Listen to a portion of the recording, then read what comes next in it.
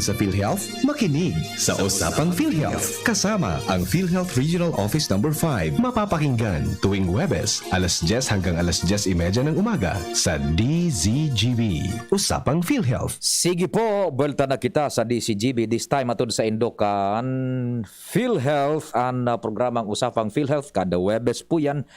30-minute po na dasok nin mga informasyon para po maintindihan ta ang mga serbisyos, beneficios na ipigataw po kan PhilHealth sa oras kan pangangaipo, lalo na kung may mga kahilangan. This time, nasa tuyang madadangog sa radyo, asin mahihiling imadadangog sa DCGB News Online, asin sa YouTube. Iyo po ang tema, manunungod sa lung cancer management ngunyan pong panahon ng pandemya. Lung cancer management sa panahon ng pandemya. Ang sa tuyang mga resource person dyan, madiskutir kan istorya, mapasabot. Iyo po ang Vice Presidente ng Corporate Affairs Group ng PhilHealth Central Office, si Dr. Shirley Domingo, at ni Dr. Antonio Ramos, isang thoracic and vascular surgeon galing po sa Lung Center of the Philippines. Yan po, lung cancer management sa panahon po ng pandemya. Kasama natin ang Vice President ng Corporate Affairs Group ng PhilHealth Central Office, Dr. Shirley Domingo, at ni Dr. Antonio Ramos, isang thoracic and vascular surgeon from the Lung Cancer of the Philippines. Here we go! Magandang umaga. Ako po ay si Dr. Gigi Domingo. Vice President po ako ng Corporate Affairs Group ng PhilHealth, at makakasama ninyo ngayong araw na ito para sa isa pang episode ng Alagang PhilHealth. Napakaganda po ng ating pag-uusapan ngayon. At meron po tayong guest na baka makakasabi ng kanyang experience dito sa ating topic ngayon. No?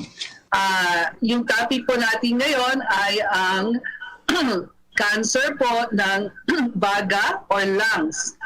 Lalo na ngayong panahon ito na pandemya, napaka-importante po na alagaan po natin ang ating baga. So, bago po natin tawagan ang guest natin, ay bibigyan ko muna kayo ng maikling background tungkol sa lung cancer. Ayon po sa ating 2018 report ng World Cancer Research Fund, ang lung cancer ang pangalawa sa pinaka-common na cancer sa mga lalaki. Pangatlo naman ito sa mga babae. Pero sa buong mundo, meron tayong 2.1 million na recorded na lung cancer cases, at napakataas po, 1.8 million death po sa buong mundo po yun. Dito naman sa ating bansa, ang lung cancer ang pangunahing sanhi ng cancer-related death. Siguro meron tayo mga 15,000 kada isang taon. So ito po ang lung cancer, no? So tawagin na po natin yung ating guest, Dr. Tony Ramos. Dr. Tony?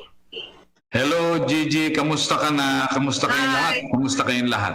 Teka po, Dr. Tony, bago kayo magsalita, let me tell them first about your positions now. Si Dr. Tony po ay isang thoracic and vascular surgeon. Siya po ay past president ng Philippine Association of Thoracic, Cardiac and Vascular Surgeons, at fellow siya ng Philippine College of Surgeons. Pero ngayon po, siya ay inyong chancellor ng De La Salle Medical and Health Science Institute. Dati po, siya ay nagtatrabaho sa Lung Center as the Administrative Services Manager. Pero sandali, doon lang muna siya sa De La Salle dahil kailangan muna siya doon sa De La Salle, kaya kinuha muna siya doon. Dr. Tony. So, Dr. Tony, ano po ang lung cancer? Lung cancer, simpleng usap. Ang lung cancer ay bukol na cancerous o malignant na nakikita sa ating mga baga. Ayan. Yan ang lung cancer. Sino-sino ba ang at risk, mga tao na sa lung cancer? Sino ang dapat mag-alaga dahil at risk sila? Ang mga at risk sa lung cancer, putting it in a different way, ano ba ang risk factors ng lung cancer? Yung mga smoker. Yan. Kasi ang smoking ang sanhi ng 70 to 80% ng lung cancer. Napaka-importanting risk factor. Ikalawa, meron din po tayong second-hand smoking. Hindi ka nga naninigarilyo, pero naninigarilyo naman yung kasama mo sa bahay o kasama mo sa trabaho. Risk factor ka rin. Nasa Dapat sabihan yung mga kasamahan mo talaga sa bahay o sa trabaho na wag rin sila mag-smoke. Oo naman, importante. Mahawa ka rin kahit hindi ka nag-i-smoke di ba? Nagkakasakit ka. At ikatlo, yung dati, importanteng ginagamit nila as insulation, lalo na sa Amerika, yung asbestos as an insulator, yun, it is another cause of lung cancer. So, smoking and asbestos basically ang risk factor. Actually, yung ginagamit ngayon instead of smoking, ano yun? Yung vape, Yes, yung vape. Is that a risk factor in lung cancer? gumagawa na ng mga studies yan. Napakagandang tanong yan. Thank you very much for asking that. Alam natin na merong chemicals yung nandyan sa vape na yan, yung liquid na nilalagay nila, at napakalalim ng paghinga natin. So, pag inihinga natin, sabihin yung malalalim na parte ng baga natin, ang na-expose yan sa mga chemicals na yan. And there is no evidence that it is safe. Hindi ba? There is no Sabi nila evidence it kasi is safe. wala siyang nicotine. Tama ba yun? Walang nicotine, kaya safe. Totoo ba yun? It is not only nicotine or tar which causes cancer. Even the chemicals doon sa cigarettes. Ang cigarettes kasi processed yan. Nag-interact with our cells, with the lining of our lungs. Nakaka-cause ng cancer. Bakit mo gustong expose yung lining ng baga mo sa chemicals? Definitely magkakaroon ng reaction yan. Oo, tama. So, yung talagang endpoint is iwasan natin talaga ang smoking and iwasan natin yung taong naninigarilyo. Paano kung asawa nyo yung naninigarilyo kasama mo sa bahay? Sabihin mo sa kanya, gusto mo bang makita yung mga apo natin? Yun, tama yun. Kung makita po natin, tumigil ka na kasi hindi lang cancer ang ating iniingatan dito. Nandiyan ang stroke, nandiyan ang emphysema, COPD, nandiyan ang heart attacks, very important. So imagine, iikli ang buhay mo, hindi mo makikita ang mga apo mo. Ako, I used to be a smoker, but I realized I wanted to see my grandchildren. I stopped smoking. It's doable. Yun. Example na si Doc Tony, nag-stop na siya ng smoking. So, dapat kayo rin subukan po ninyo talaga kasi gusto po natin humaba ang buhay natin, di ba? Makita natin yung ating mga apo. Yeah. Di ba? So, please, sumunod kayo dun sa advice ni Doc Tony. Mag-stop na kayo ng smoking. Okay. Doc Tony, sabi ng iba, meron mga non-smokers rin na may lung cancer dito sa bansa ito, di ba? Marami pa sila and paano? Anong dahilan nun aside from passive smoking? Alright. Aside from passive smoking, meron kami nakikitang bagong population ngayon ng lung cancer na dating hindi namin nakikita. Ang classic na description ng lung cancer, male, 50, smoker, di ba? Ngayon, we're seeing it in young females, non-smokers. Alright. Nakikita namin yan na pag nag-uusap kami sa mga meetings na bakit meron tayong ganitong pasyente. And what we are looking at are the hereditary factors now.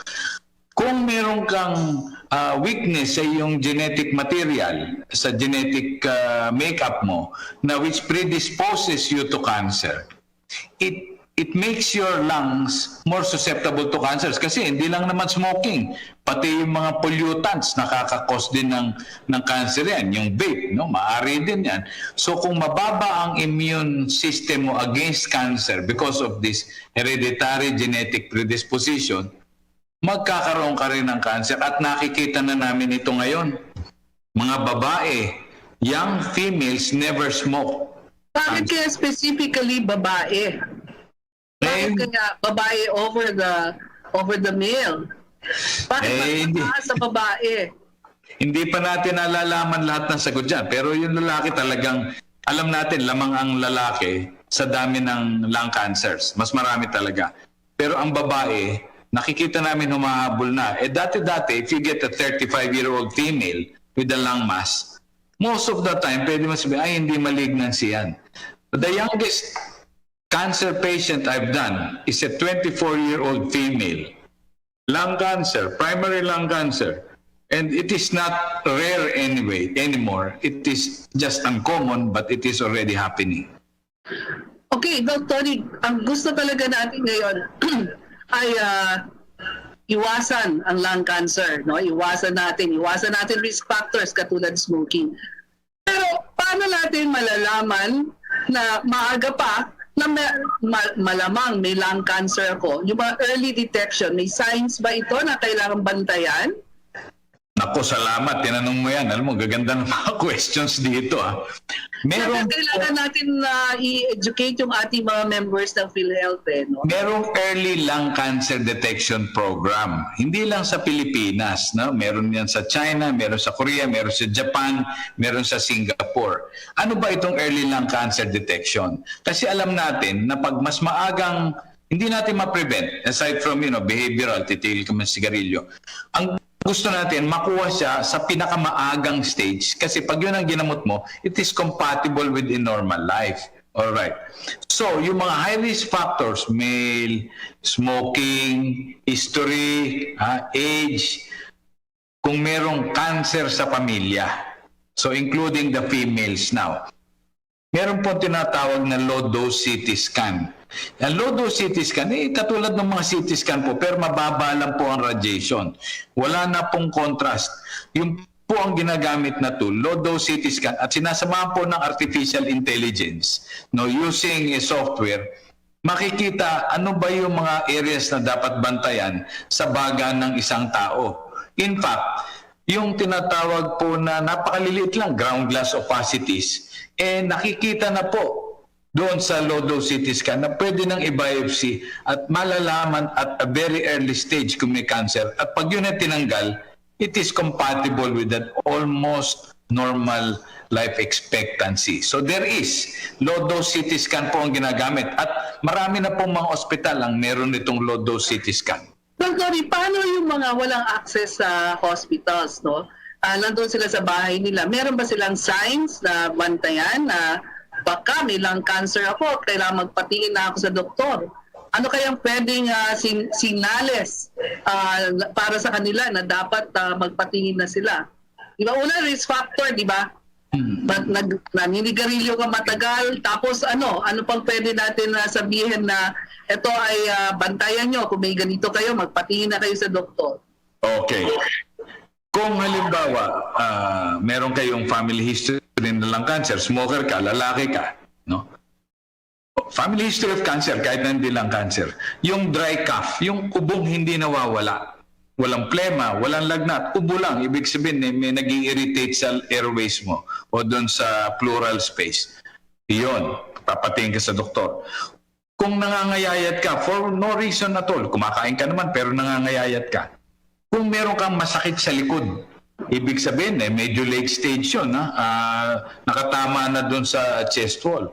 Kung bigla kang namaos, meron kang hoarseness na ang tagal-tagal, kung sore throat yan, dapat mga 1 linggo, 2 linggo, lumampas pa. Magpatingin ka na rin at baka cause yan. Ayan, nahirapan ka huminga. Baka may fluid ka na sa dibdib. Pupunta ka rin sa doktor. So yung mga sinabi ko, ubong hindi nawawala, dry cough. Number 2, hoarseness, weight loss, at saka nahihirapan huminga, magpatingin na po kayo sa doktor. Punta na kayo sa inyong doktor. Doon sa meron naman na rural health unit. Yun nga, mapunta tayo doon sa gamutan ng lung cancer ngayon, or kung gusto na nila magpatingin sa doktor. Kaya lang takot sila dahil pandemya. Diba? Takot sila pumunta sa ospital, takot sila pumunta sa clinic dahil nga sa pandemic na ito. Ano masasabi niyo tungkol dyan? Nung umpisa talaga, Gideon, nung umpisa talaga, nakakatakot at ayaw magpunta ng mga pasyente. Pero ngayon, mas marunong na ang mga doktor, ang mga ospital, tayo, alam na natin paano gamutin itong COVID-19. So maganda na ang resulta ng treatment. Number 2, mas karamihan po ng mga doktor ninyo at saka mga nurses, bakunado na po yan, hindi po kayo mahahawa sa kanila. Ikatlo, mas alam na natin paano kontrolin ng transmission nito. Tama na po yung mga engineering modifications sa mga ospital, alam na yung mga behavior changes na gagawin, yung paglilinis ng kamay, nalagay na rin po yung mga facilities. So ang suggestion ko po, kung na-diagnose na kayo at nadidelay ang treatment ninyo ng lung cancer, magpunta na po kayo sa doktor nyo. Ngayon na po yung panahon na magpunta sa pagamutan. Kung sa tingin nyo, meron kayong cancer, katulad ng sinabi ko kanina, magpatingin na po kayo. Sapagkat meron po kaming pag-aaral dyan. Yung mga na-delay ng treatment, nagsimula tayo ng mga February, March last year, nagbukas lang ng late last year din. Yung 9 to 10 months na yon, significant na po, ang dami pong namatay dahil nag-progress po yung kanilang lung cancer. Safe na po magpunta sa ospital. Katulad dito sa amin sa De La Salle University Medical Center, 98% na po ng aming health workers. Bakunado na po. Yung mga hindi lang nabakunahan, yung severe allergy, yung mga ganyan po, 2%. But 98%, bakunado na po mga doktor namin dito. Pumunta na po kayo sa mga ospital. Binakunahan na po yung mga doktor ninyo. Magpabakuna na rin sila kung available, no, at nandun kayo sa priority groups, matawag kayo ng barangay na nag-offer na at pwede kayo, magpabakuna na rin kayo. Diba, Dr. Para maprotektahan rin kayo. Maprotektahan tayo at ang mga mahal natin sa buhay. Tama yan. Balik na tayo sa ating trabaho. Tama yan. Mapunta na tayo sa COVID-19, no? Aside from the lung cancer kasi, ano ang epekto ng COVID-19 na ito sa ating mga baga? Ayan, magandang tanong. Pero pwede ba ako mag-advertisement ng konti, G? Sure. Yung early lung cancer, inooperahan po yun. Kaya pong operahan. Ang ginagawa ngayon, maliit na hiwa na lang sa tagiliran. Isang hiwa lang, mga 2 inches at the most. At natatanggal na po. No? Yung mga later stage, yung chemotherapy, radiotherapy. Pero mas mahirap na nga yung gamutan, hindi pa ganun kaganda ang results of treatment. So yung pag early stage at nagawa pa yung surgery, mas maganda po ang prognosis. Pero magandang tanong yung COVID. Ano ba ang nangyayari sa COVID?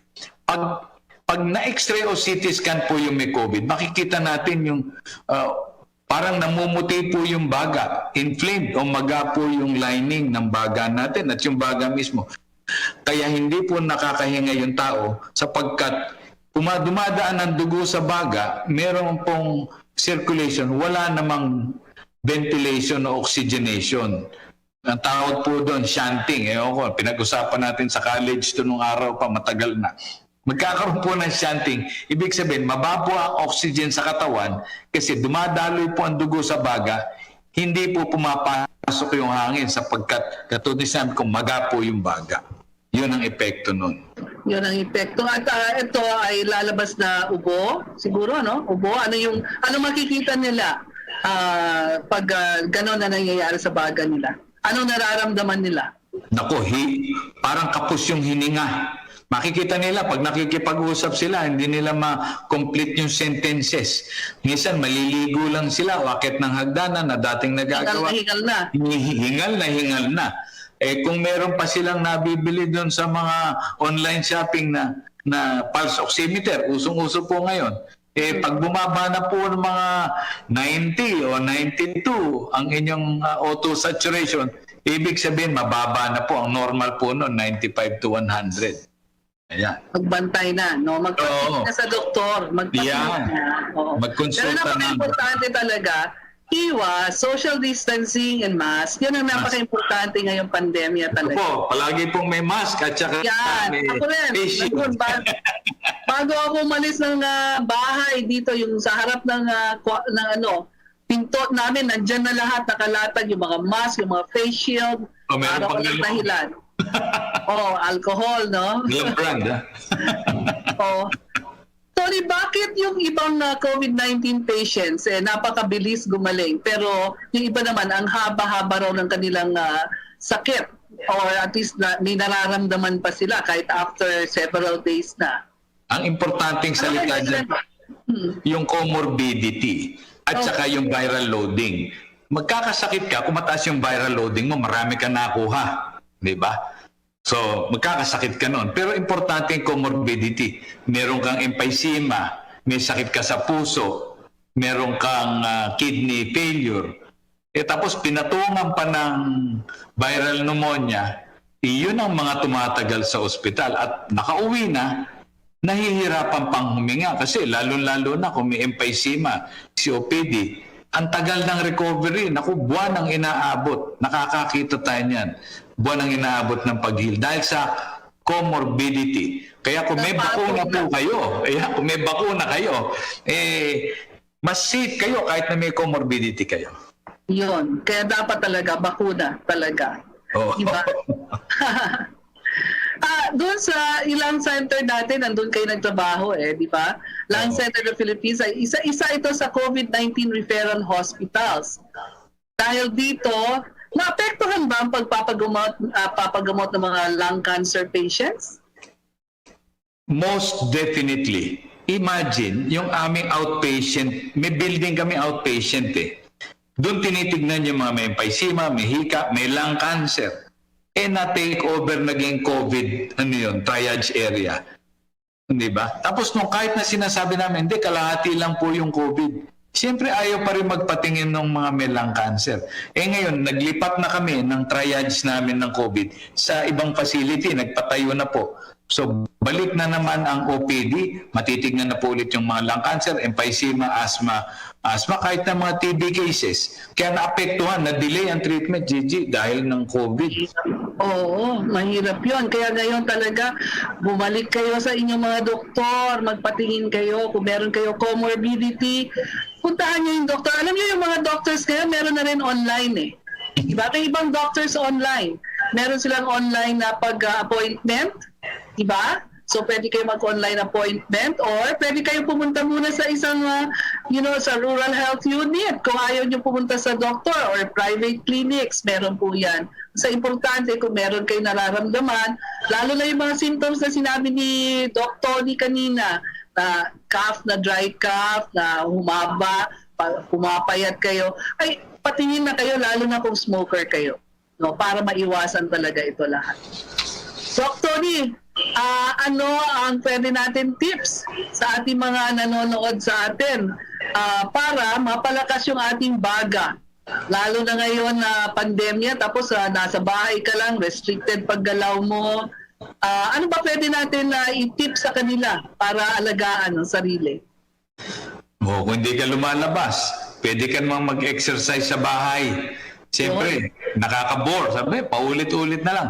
Meron po mga YouTube na mga exercise videos. Gawin nyo as a family. Pwede naman, buong pamilya po. O magkaroon kayo ng mas enjoyable, yung mga dancing videos. Di ba? Merong mga ganun kasi pag nagsasayaw po kayo, nag-enjoy kayo, but without you knowing it, na-exercise po yung muscles ninyo. Pati respiratory muscles. So, importante, in other words, mag-exercise kayo, tumayo kayo, huwag parating nakahiga o nakaupo. Mag-exercise. Bakit? Ano ba relasyon ng exercise doon sa pagpalakas ng baga? Paano yun? Oo. Ang pulmonary function natin is dependent on exertion. Diba? Kaya pag sinusukat yung baga, may tube na ipapasok sa bibig mo. Inhale, exhale. Yung elasticity, importante. Bakit tayo humihinga? Dahil sa respiratory muscles, yung diaphragm, itong mga pectoralis muscles, intercostal muscles, and like any muscle, exercise will strengthen it. Kaya huwag kayong mag-exercise ng deep breathing exercises. Nakaka-bore po yun Manood na lang po kayo ng dancing videos o exercise videos. Sundan ninyo, nag-enjoy na kayo, na-exercise pa yung mga muscles of respiration ninyo. Yun ang dapat. Exercise talaga. Lalo na ngayon na quarantine yung mga tao, medyo hindi gumagalaw, nasa loob ng bahay. Exercise na lang sa loob ng bahay. Totoo yan. Napaka-interesting ng topic na ito, COVID, effect of COVID in our lungs, at itong lung center na ito. Pero kailangan po natin na tapusin itong discussion na ito dahil meron pa po tayong sasagutin in the other portions. So, Dr. Tony, ano ang words of advice or parting words mo doon sa ating mga nanonood? Dalawa lang. Number 1, kung hindi pa po kayo nagsisigarilyo, huwag nyo nang simulan. At kung nagsisigarilyo po kayo, tigilan nyo na. Yan ang una. Smoking kills. Number 2, magpabakuna naman po tayong lahat. Binibigay na nga po ng libre ito. Huwag po kayo makikinig doon sa mga haka-haka tungkol sa bakuna. Hindi po papayag ang pamahalaan at ang inyong mga doktor, hindi po papayag na mabakunahan kayo kung hindi sila naniniwalang safe po ito. Safe po ang COVID-19 vaccines. Kung magpapabakuna po tayo, makukuha po natin yung gusto nating herd immunity, makakabalik po ang ekonomiya. Siyempre, may pag-iingat pa rin. Nakamask, pa rin tayo kahit na nabakunahan tayo. Pero tatakbo na po ang ekonomiya, makakabalik na po ang mga bata sa kanilang eskwelahan. It will do well for their mental health. At saka yung economy po, para naman po tumakbo na ulit. Para naman, katulad ng gobyerno, dependent din sa taxes ng gobyerno. Pag wala pong economy, wala pong tax, yung mga social services, mahirapan din po. So, do not smoke and have your vaccine as soon as they are available. Wag na po kayo mamili. No brand vaccine. Any vaccine is good vaccine. The best vaccine is the one that's given to you. Diba? Exactly. The one in your arm is the best The one in vaccine. your arm is the best vaccine. Kaya magpabakuna na tayo and bantayan natin ang ating lungs. Exercise, hindi lang deep breathing, but you can do that. Pero dapat daw, sabi ni Doc Tony, yung talaga exercise na gagalaw lahat ng muscles mo. Yeah. Para yung muscles mo ng lungs, yan rin, gagalaw yan dahil nag-breathe ka, diba, when exercising. So, yun ang advice ni Doc Tony. Doc Tony, we really have to end this session. Salamat sa iyo, Doc Tony. Anytime sana pwede namin kayo imbitahin ulit. Of At course. pag-usapan yung areas ng expertise mo, itong lungs. Thank you very much. Salamat. Thank you very much for this opportunity, Gigi. Thank you. Thank you. Sa ulitin. Okay. Bye. Bye-bye. Okay. Punta tayo sa mga question and answer portion ng mga ating mga kasama. Galing kay Raymond A. Fernando. Ilang beses po pwede magamit ang PhilHealth sa loob ng 1 taon? Ang sagot dyan, Raymond, ang member ay entitled sa 45 days limit sa 1 taon. Meron din separate 45 days na paghahatian ang inyong dependents. So for example, kung may asawa ka, at meron kang anak. So kung ikaw ang primary member, you are entitled to 45 days. Yung dependent mo, yung asawa mo plus yung children nyo, and kung meron pa kayong parents na 60 years old and above, ay mag-share sila sa 45 days. But yung parents ngayon, basta 60 years old and above, senior citizen na yan, they have their own senior citizen law, ay automatic member na yon ng PhilHealth. Okay? So, ito kay Carhine Nadella. Aslan po, may bayad po ba kumuha ng PhilHealth ID? Thank you po. Carhine or Carhine, wala akong bayad yon. Walang bayad. Pwede kayo kumuha ng ID doon sa ating mga offices, ating local health insurance offices. Walang bayad yon. Yung iba yung tinatawag na MDR, Member Data Record. Yan, hinihingi rin yan kadalasan sa atin kasi minsan hinihingi yan sa hospital or hinihingi yan sa employers nyo. Wala rin hong bayad yon. Dito po nagtatapos ang Alagang PhilHealth. Marami pong salamat sa inyong lahat na nanonood at nakasama natin ngayong araw na to. So patuloy kayo makakaasa na ang PhilHealth ay kaagapay ninyo sa pangangailangan medikal. Dahil sa PhilHealth, kalusugan mo sigurado. Salamat po sa inyong lahat at keep safe po. Inyong napakinggan ang programa Usapang PhilHealth. Makinig muli sa susunod na Webes, alas 10 hanggang alas 10:30 ng umaga, hatid ng PhilHealth Regional Office 5. Usapang PhilHealth. Move more, eat right.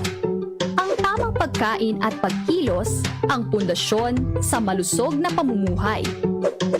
Sa tamang diet at ehersisyo, maiiwasan natin ang lumalalang banta ng malnutrisyon at obesity.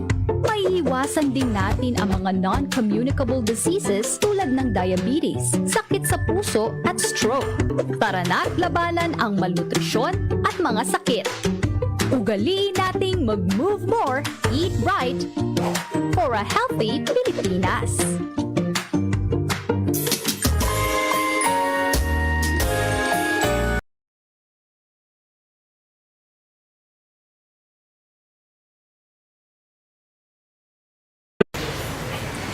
Panahon na naman nin Kapaskuhan. Panahon na naman nin mga kaugmahan asin pagtiripon nin mga pamilya asin mag-aramigo.